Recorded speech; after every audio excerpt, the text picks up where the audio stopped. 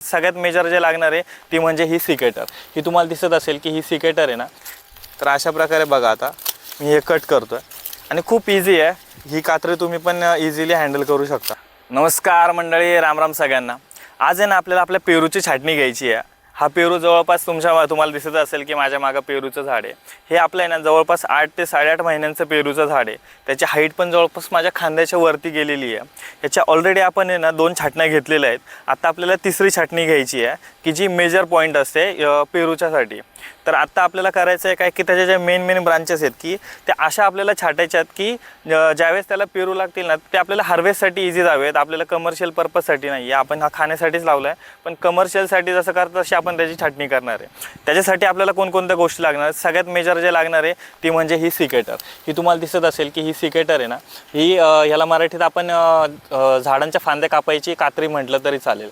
ह्याने आपण आहे ना या ठिकाणी इथं धार असते, ह्याने आपण आत्ता ह्याच्या फांद्या कट करणार आहे। तर त्या कशा कट करायच्या ते मी आता तुम्हाला दाखवतो। आपल्याला काय करायचं आहे की आपल्याला हार्डली 3 ते 4 फूट अंतरावरतीच आपल्याला त्याचे हे कापायचे। तर इथून आपण ते कट करणार आहे।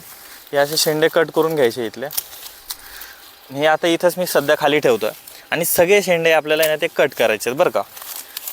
आणि त्याची हाईट ह्याच्यावरती आपल्याला जाऊन नाही द्यायची, कारण इथून पुढे त्याला फुटवे येणार आहेत।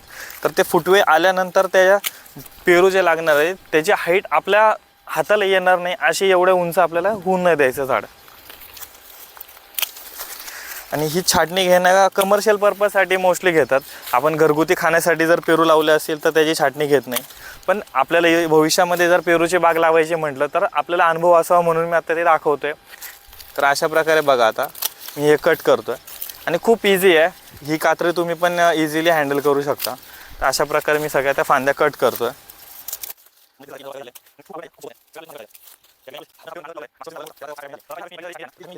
बघा अशा प्रकारे मी छाटणी घेतली आहे। मी त्याला माझ्या छातीच्या लेवलला सगळ्या कट केलेल्या फांद्या, कारण इथून जे फुटवे येणार आहेत ते किती उंच झाले तर हार्डली ह्या हाईटला जातील, याच्यावरती जाणार नाही आहेत। आणि त्याच्यावरती जर गेले तर इथून पुढे आता आहे ना हे जे फुटवे येणार आहेत त्यांना पेरू पण लागणार आहेत। तर ते पेरू आपल्यासाठी मेन पर्पजसाठी आपण हे करतो आहे। तर अशा प्रकारे आपण आहे ना आपल्या पेरूची छाटणी करतो। आणि अशाच नवीन व्हिडिओसाठी ना आपल्या कृषीदूत केतन चॅनल नक्की सबस्क्राईब करा। तुमच्या हक्काचा चॅनल कृषीदूत केतन।